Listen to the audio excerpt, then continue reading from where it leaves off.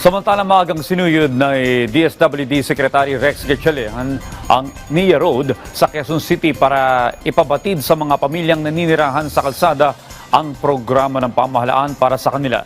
Ilang pamilya ang nahikayat na sumama sa DSWD shelter para maging benepisyaryo ng Oplan Pag-abot Project. Si Noel Talakay sa detalye live. Rise and shine, Noel. Audrey, nandito kami ngayon sa may processing center o shelter ng DSWD dito sa Pasay City. Dito kasi dadalhin, Audrey, yung mga pamilya na nakuha doon sa may NIA Road na nakatira doon sa nasabing kalsada at dito nga sila dadalhin para bigyan ng tulong.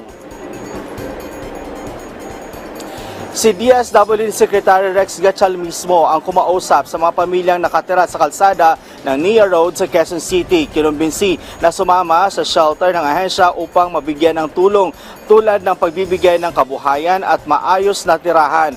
Hindi lang ang pamilya ang dadalhin kundi kasama rin ang kanilang mga gamit at alagang hayop.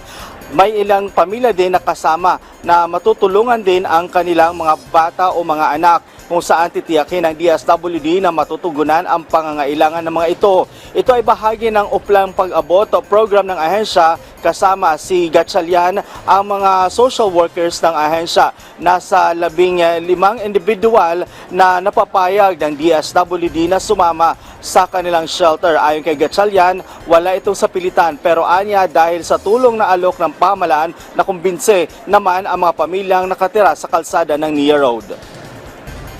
Ngayong umaga, matagumpay tayo sa utos ng ating Pangulo na masiguraduhin na walang Pilipinong pamilya na nakatira sa lansangan.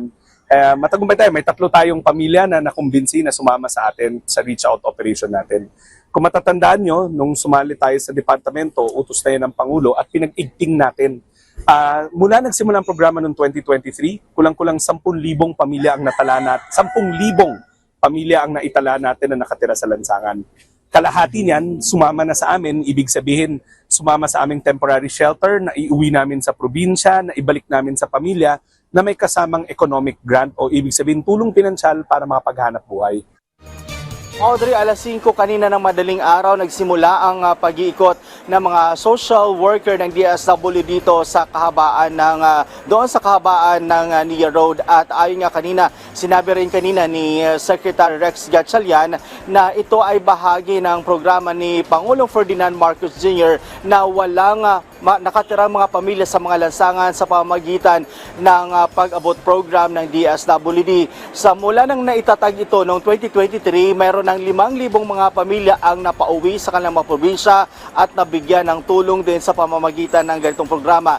Dito naman, Audrey, sa shelter or processing center ng DSWD, ang gagawin nila dito ay una, bibigyan ng pagkain yung mga pamilya nakuha doon sa NIA Road at pangalawa, bibigyan sila ng tulong medikal, magkakaroon ng check-up at doon ipaprocess, magkakaroon ng assessment kung anong klaseng tulong ang ibibigay sa kanila dahil ayon kay Rex Gatchalian, ang tulong na ibibigay sa kanila, kumbaga naka-design kung ano ang gusto ng pamilya na kanilang tulong na kanilang gustong matanggap, kung gusto ba nilang uuwi at meron na ding kabuhayan. Audrey?